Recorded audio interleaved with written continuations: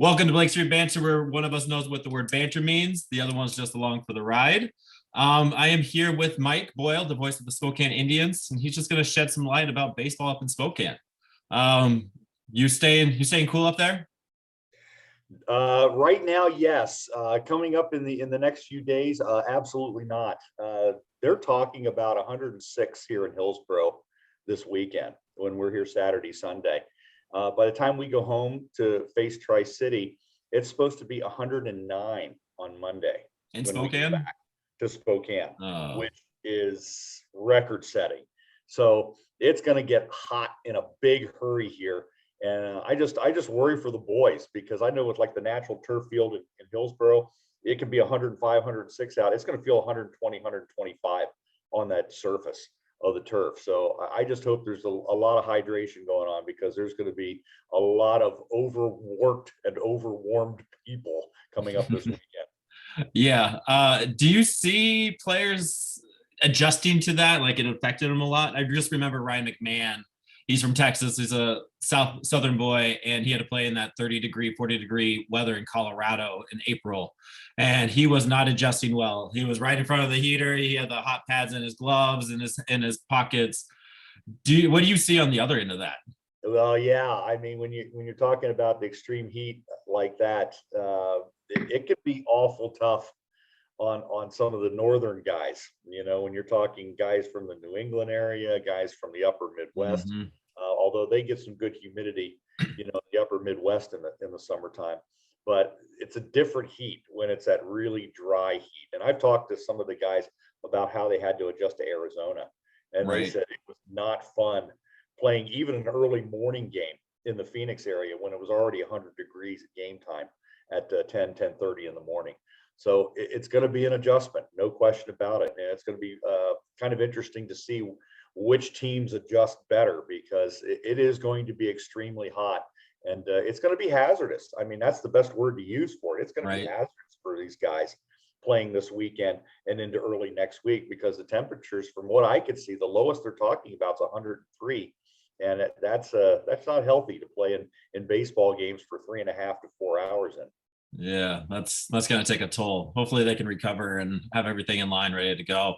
Probably a lot of time in that AC unit, hotel rooms, right? Yeah, absolutely. Yes, for the broadcasters too.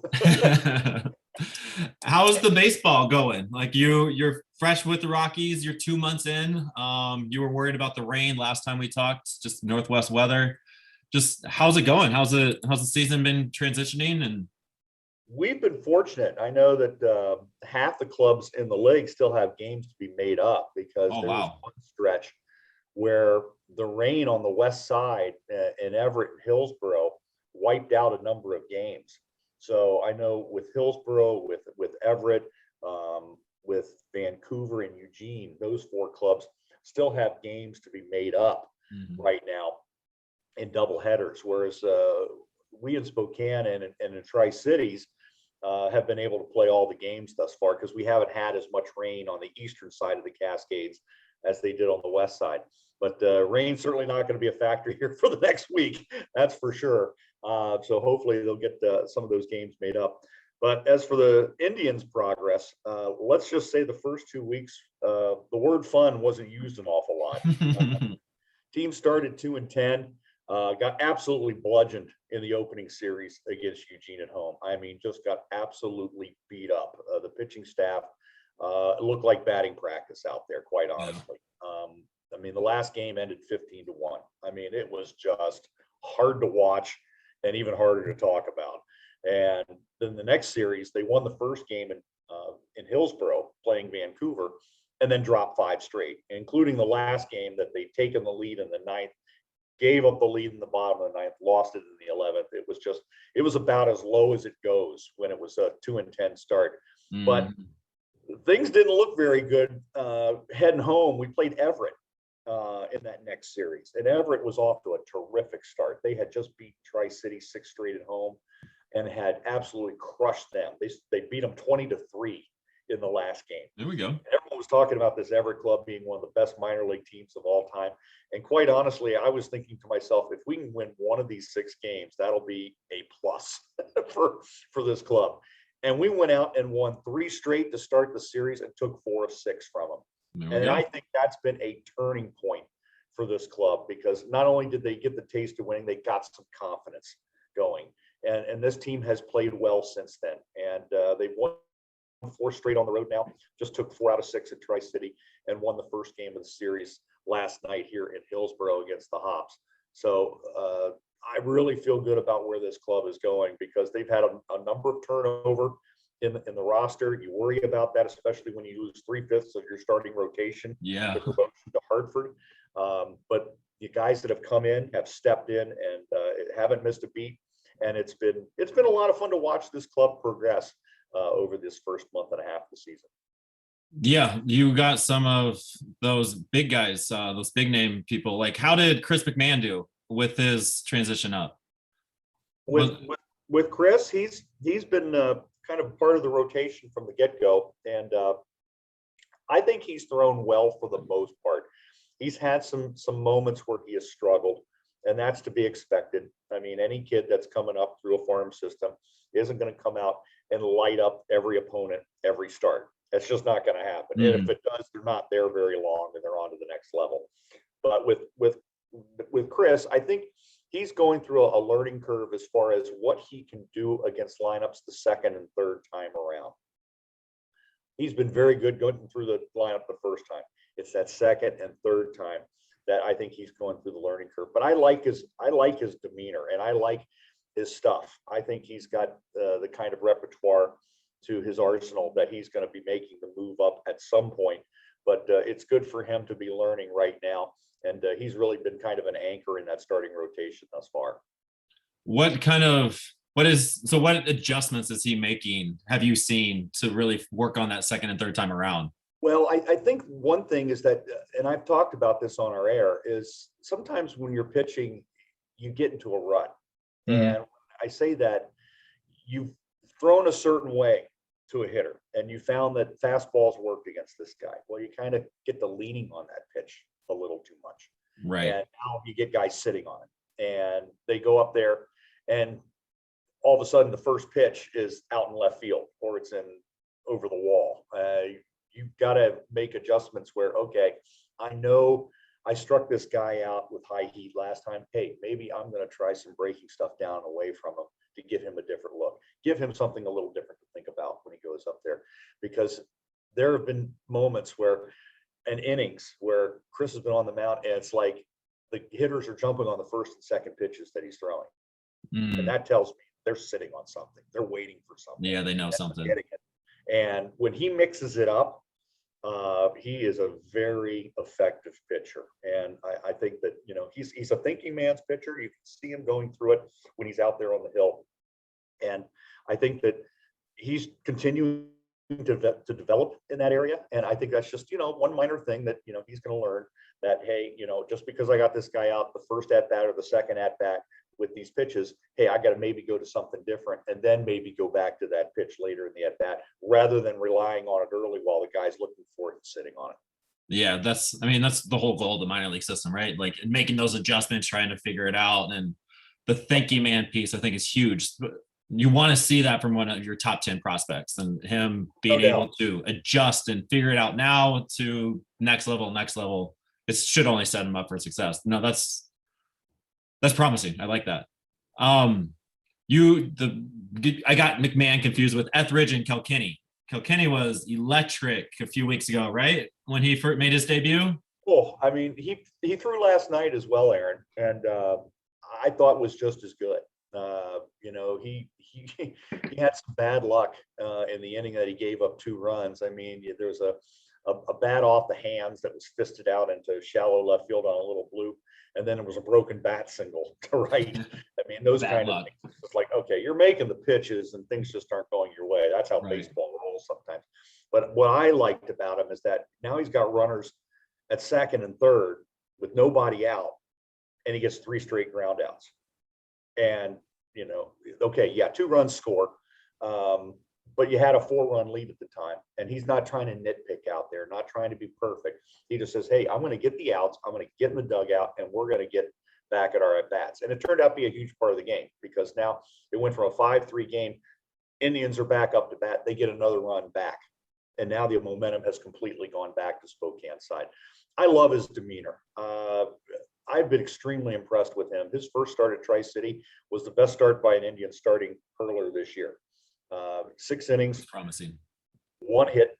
It was a bad hop single where it hit the seam of the grass and the rock hard dirt there in Tri-Cities where it's baked by 100-degree temperatures most of the year, and it shot straight over Chris Navarro's head into left field. I mean, Navarro's right here ready to field it, and it just goes bing like it's shot out of a cannon. And that was the only base that he gave up, and he struck out 10 of the 19 batters he faced in 6 innings. You don't get much better than that. No walks. He hasn't issued a walk thus far in 12 innings that he's pitched at this level. And I think that speaks volumes as well, because a lot of guys are still trying to find their control, trying to find their spots. He's a polished college pitcher, and he's a guy that is going to only get better. I compared his approach on the mound and the way he throws to another former Indian from 10 years ago, Kyle Hendricks. He is all business. I mean, he goes out there and he just gets up there, he gets the sign, he locks in, bang, and he hits the mitt. I mean, there's no nonsense to it. There's no walking around. There's no, hey, I got to fiddle with something, kick the mound. I mean, it's like he gets the ball, bang, I know what I'm going to do here, boom, and he does it. He's a pleasure to watch. From a pitcher's perspective that I have, he's a pleasure to watch. I really like what Mitch Kilkenny does. And in fact, he's going to be my pregame interview for the nice broadcast tonight. And I can't wait to sit and talk with him and find out why it is that he has the approach that he does on the mound. You mentioned Will Etheridge as well. Yeah. Will had 1 start in Spokane, and he got off to a rough first inning. And I attributed that to nerves. I mean, he's throwing in front of a pretty good crowd that night of a couple thousand. And he settled down after that. I mean, he was like perfect until the 5th. And then he tweaked something while he was making a pitch, and he tried to pitch through it. And that didn't end so well. And so he usually doesn't.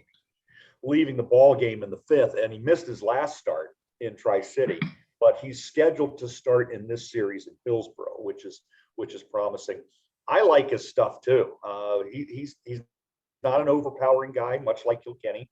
He's not going to blow you away with an upper 90s fastball, but he is going to locate, and he is going to change speeds on you. And I really like the fact that he can mix location and change speeds, because let's face it, you got to have those abilities at a major league level, or you're just not going to succeed. I mean, everyone can throw in the 90s now. I mean, let's face it. Major league teams, when they go out and scout pitchers, they're looking at guys. If you don't throw 90, they're not even looking at you anymore. So you've got to have an ability to hit the mitt, and you've got to be able to change speeds on hitters and cross them up if you're going to succeed. And I think with both Kilkenny and with Etheridge, they're able to do that. And they're 2 promising arms in the Rocky system right now. That's good to hear. I like to hear that. And there's something about playing behind like a pitcher like Kilkenny, the quick go. Let's get out of this. And like you said in there, like, let's get to the dugout. We'll get out of this. We'll hurry up and we'll go do our thing. There's something about playing defense behind those kind of players. That's awesome. You spoke of Etheridge's rough debut. Our boy Dugan Darnell got the call up, and he had a tough debut, but he's been pretty good since. Just talk highly of our boy Dugs. We love that man.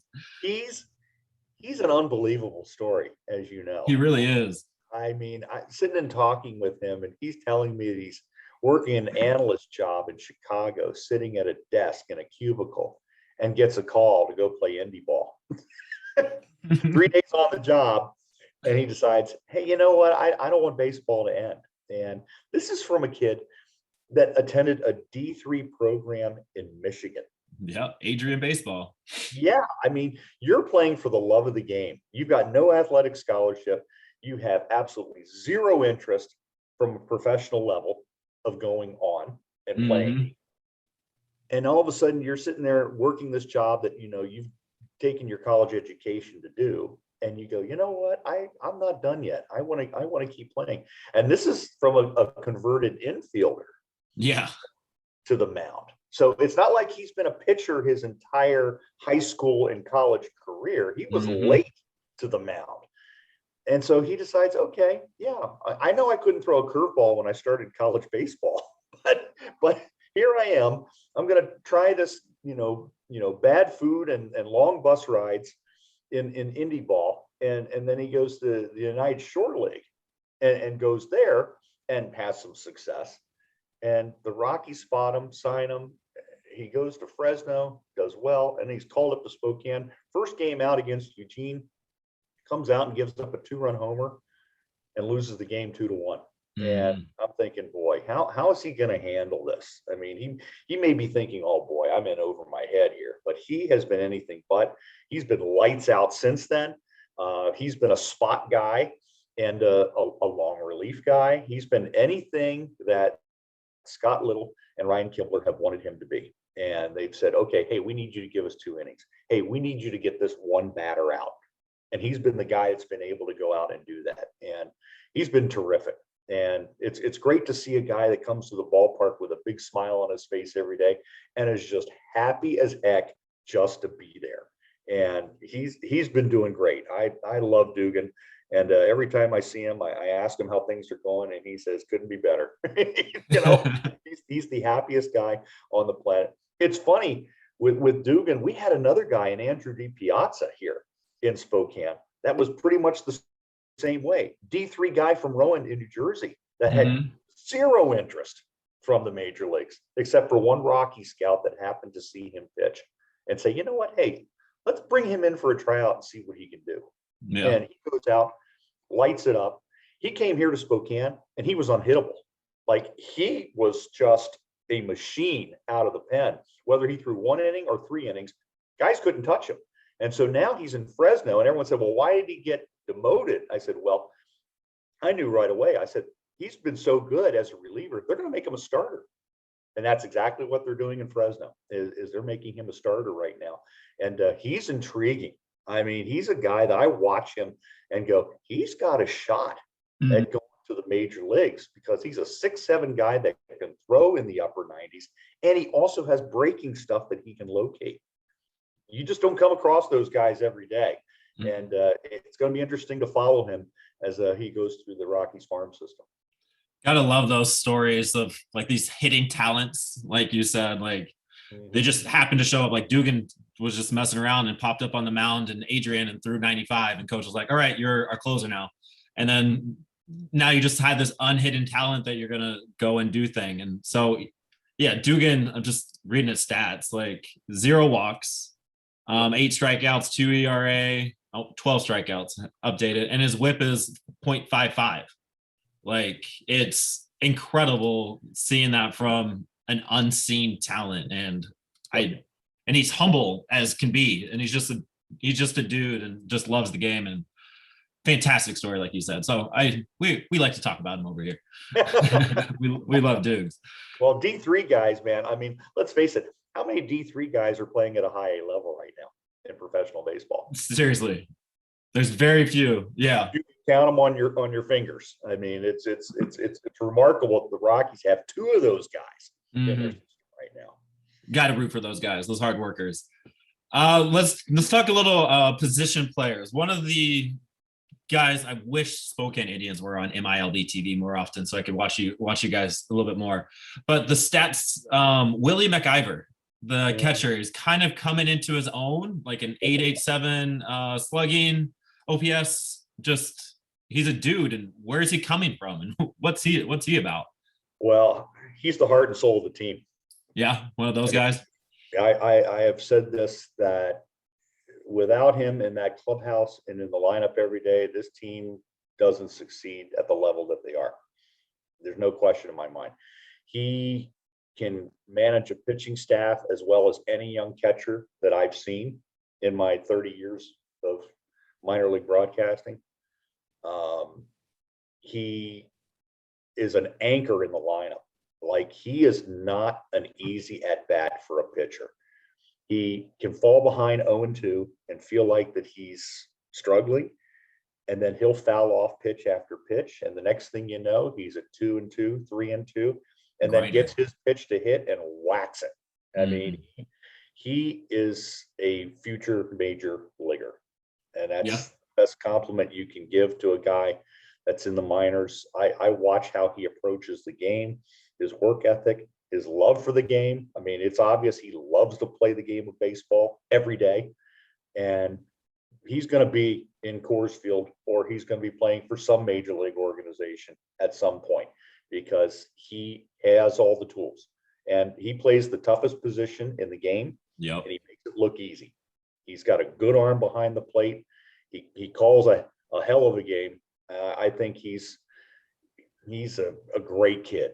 And I've talked to him a couple of times, and I can't say enough good things about Willie MacIver. Ninth round pick out of the University of Washington. And I don't think it's a coincidence that when he was at Washington, that club went to the College World Series. And since he left, they haven't been close. Mm-hmm. I think that speaks volumes right there. Yeah. And like kind of what I was saying earlier, the team just feeds off of those guys. And if he is that catcher, that leader, just doing his thing, like people listen, people know, and it's just kind of that captain, that leadership exudes that. Yeah, it was really cool looking at his stats, like diving into that, and the fact that he's got that extra ability character. And that's exciting. Bases. I mean, he can do it all. And the thing I fear is that the Rockies are probably looking at him and going, you know what, he's probably heading for AA. I just I think he's done everything at this level. I would love for him to stay the entire year from the selfish Spokane Indians perspective. Right. But it wouldn't surprise me if he gets the call within the month and he's on his way up. And it'd be a huge loss. And I would be curious to see if the next person could step in and fill that type of role. But somehow I doubt it, because the Willie MacIvers just don't fall off trees. They just don't. No, that's looking at his numbers, fairly low strikeout rate, decent walk rate, slugging 925 OPS. Like, it's incredible. And it's Rockies. As Rockies fans, we don't have a lot of great catchers in our history. Like, we have a few that we can name. And so seeing guys like Drew Romo, Willie MacIver, like this gives me a little hope right there. I appreciate that. I needed that. There is. I'm telling you, and Rockies fans will love this kid. I mean, if you get the chance just to watch him on a regular basis, you will love how this kid plays the game. No doubt. We'll have to look out for him. I appreciate that. I like that. Let's talk to the big dogs, about the big dogs. Toglia, Schunk, Doyle. I see Schunk struggling a little bit, hasn't quite found his footing. Toglia doing his thing for the most part. A lot of power. And then Doyle kind of struggling. Ducalotti kind of struggling. What are we seeing? Well, I'll start with Michael Toglia. The thing with Michael is that he's, even though he hasn't hit for a great average, and his average has gone up about 40 points over the last week and a half, because I saw that. Started to hit the singles that are needed. But for a while there, it was either a strikeout or a home run to start the season. And, that's Joey Gallo-like. And while that's exciting, at the same time, it's not what we lead to productive at-bats. And he's been getting more productive as we've gotten into this season, which is an encouraging sign for me. The other thing, too, is that he's hitting around the shift. Teams have been shifting on him from the get-go, lining up three guys on that first base side when he's hitting from the left side, three guys on the third base side when he's hitting from the right. And over the last week plus against Tri-City, and then last night against Hillsborough, he's beaten the shift, and he's just, taken the pitch and gone the other way and said, you know what, I'm not going to try to hit a home run. I'm just going to hit the ball hard somewhere, and I'm going to get runners home. He has been very productive as far as RBIs are concerned. He's, the top RBI guy on the club. And I love his approach at the plate. He's a very patient hitter. There are times, though, I wish he would be a little more aggressive early in the count. And I think that there are times where guys will throw fastballs early in the count, and he lays off of them thinking, okay, I'm going to get something better later. And that isn't necessarily the case. I think he should be a little more aggressive early in the count. He gets that fastball in the middle end of the plate and on pitch one or pitch two, and he needs to just make them pay for it. He's got a great stroke, and he can hit with power from either side of the plate. He's been excellent defensively for Spokane. his glove has been huge down at first base. I mean, as far as digging throws out.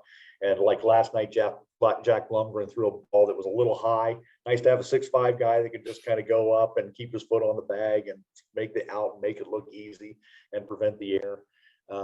I love the kid. I love the way he approaches the game, and you can tell that he's a student of the game, works hard at it.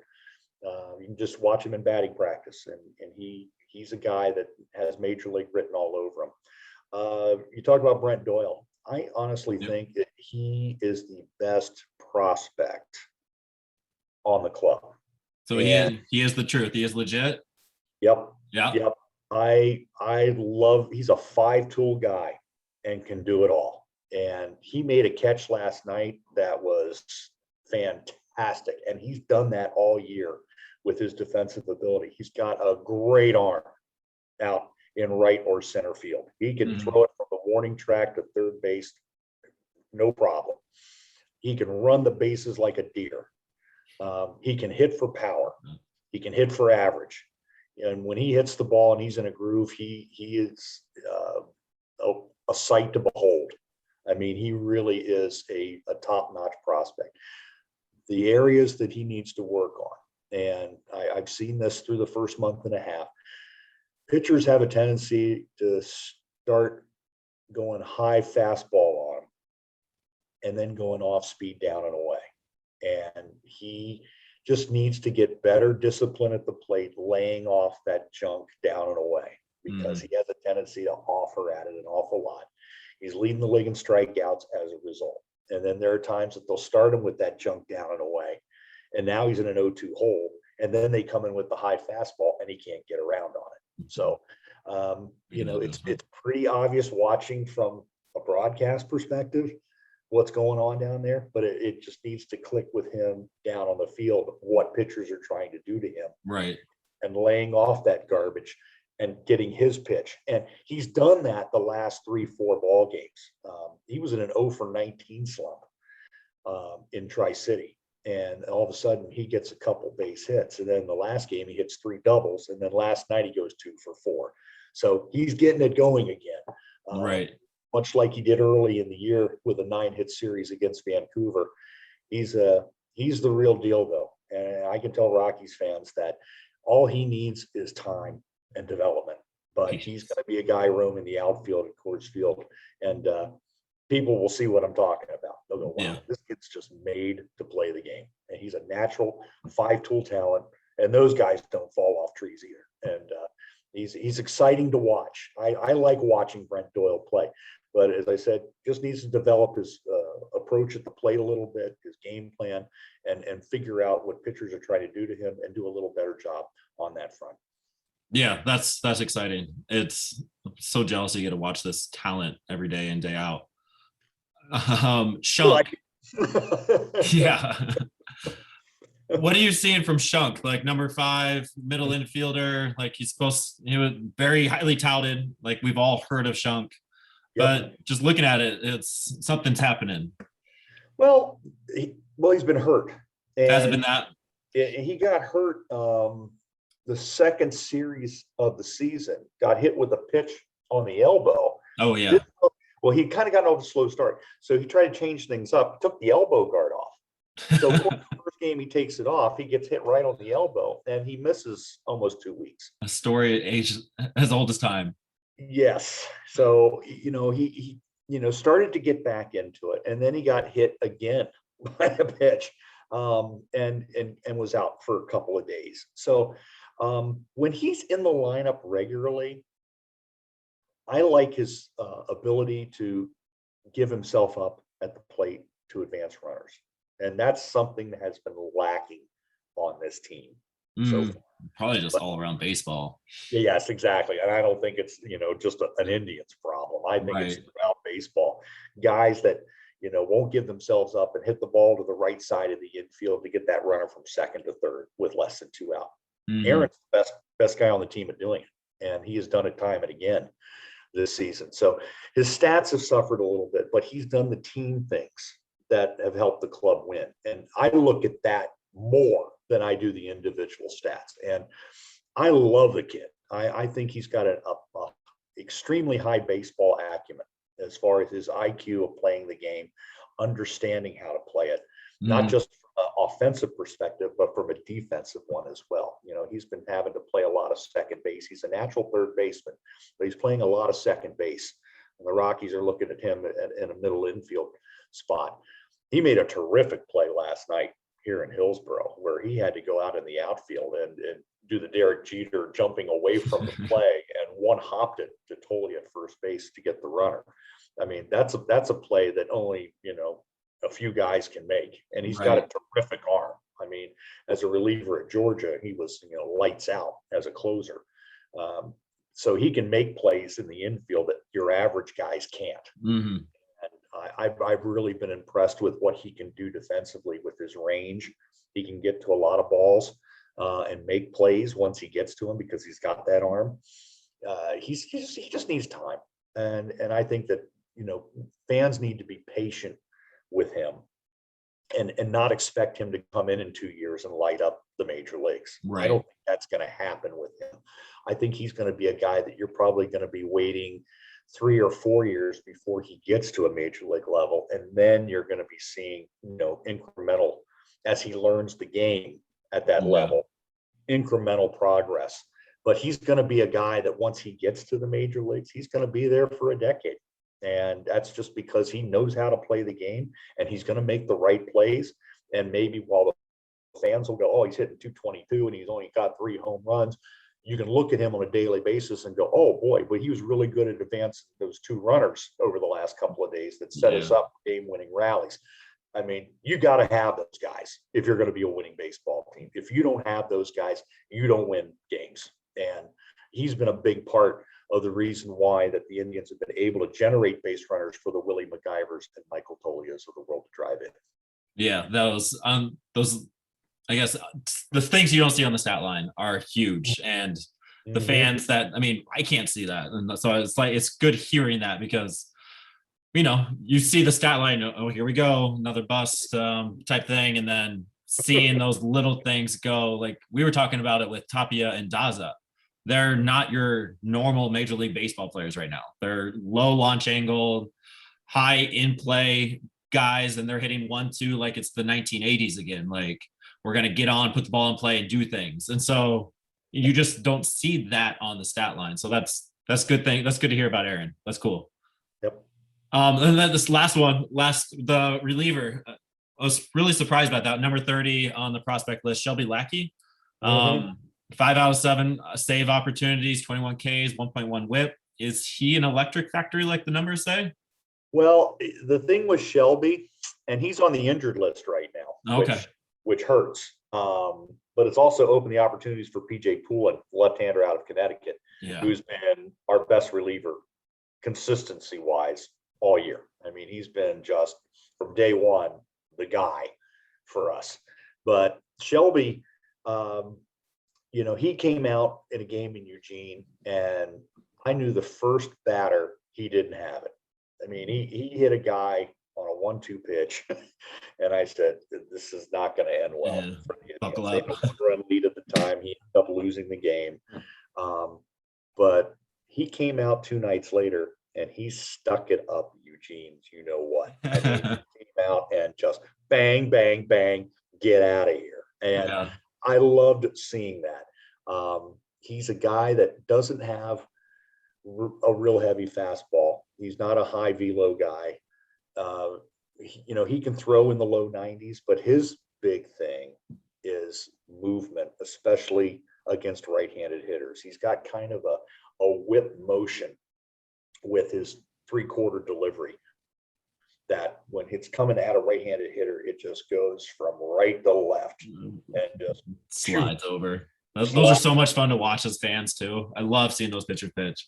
And when he stays within himself, and Willie has told me there have been times he's had to just go out to the mound and tell him, hey, slow yourself down, just focus in on the mid. And when he does that, he's been money in the bank. But, you know, he has a tendency to sometimes let that slide a little bit, which young pitchers will do. Right. Even major league guys will do. he's been very good. He's been a consistent guy, outside of that outing in Eugene, he's been very, very good for the Indians. And I look forward to him getting back off of the injured list, because they could really use him right now, because outside of PJ Poulin, we really don't have a closer. Yeah. It's been kind of a by committee situation thus far, since he's been on the injured list for the last week and a half. So I'll be glad to get him back out there. But he's a kid that is going to have to continue to develop.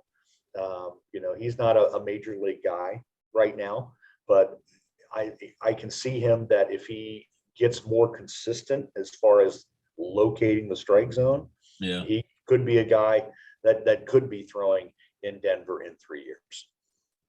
That's good to hear again. Yeah. A lot of promising stuff up in Spokane, and the fact that you're able to watch it and announce it and this is your welcome to the Colorado organization. Like that's gotta be so much fun for you. Yeah. And the funny thing is that I can remember a lot of these kids when they were in Boise 2 and 3 years ago, in 2018 and 2019. And, the development in their games since that time has been exciting, because I'll be honest, watching those Hawks teams in 2018 and 19, they weren't good. I mean, I was worried, because I was thinking, man, these guys, they were not very good. They were like 27-49 or something like that. They weren't a good baseball team. And watching them, I go, man, their games, first of all, have come leaps and bounds despite COVID and the lack of games and development in that year. And they've got some good talent.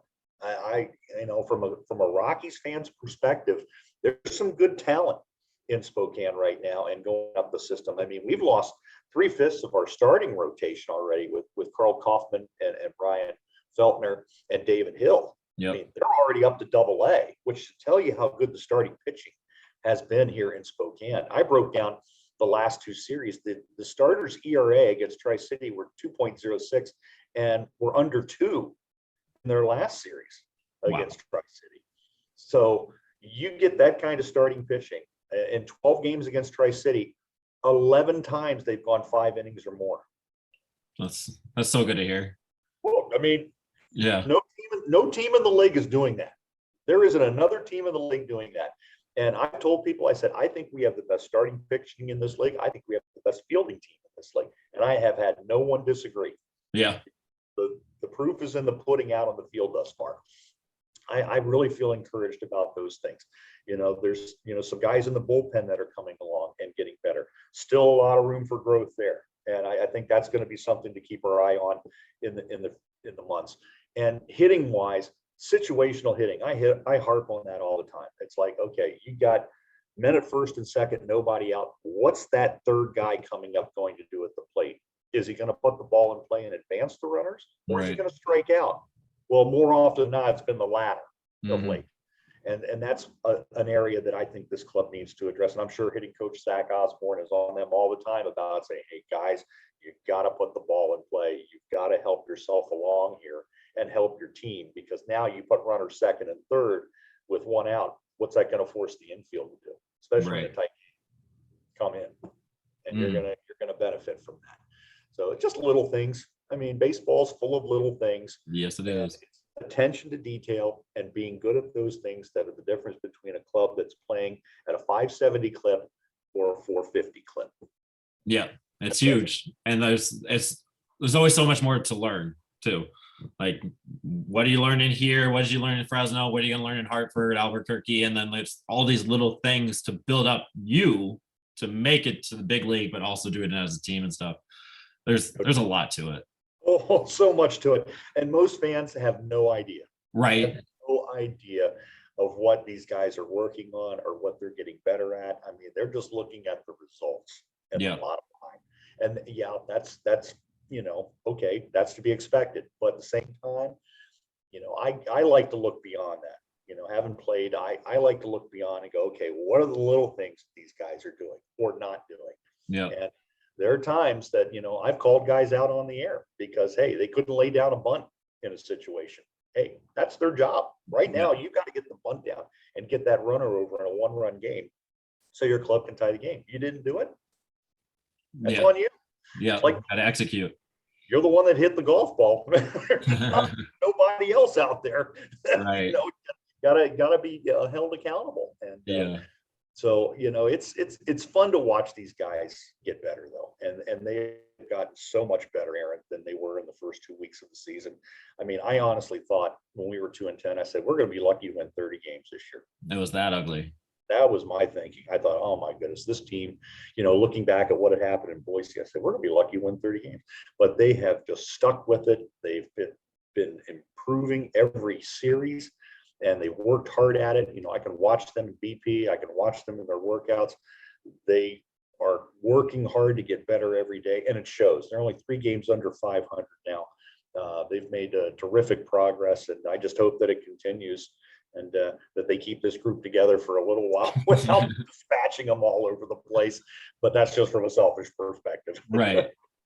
Right, for sure. Well, I thank you, Mike, for coming in and sharing your insight about these players. It gets me excited about it. Like I said, the MILB TV doesn't do a very good job of putting Spokane on at all in the Northwest. So being able to talk to you and get that insight is great.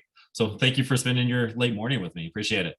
Yeah, I appreciate it as well. Look forward to next time, Aaron. Yeah, for sure. We will definitely do that. Thanks, Mike. Thank you for tuning in. Find more content at BlakeStreetBanter.com.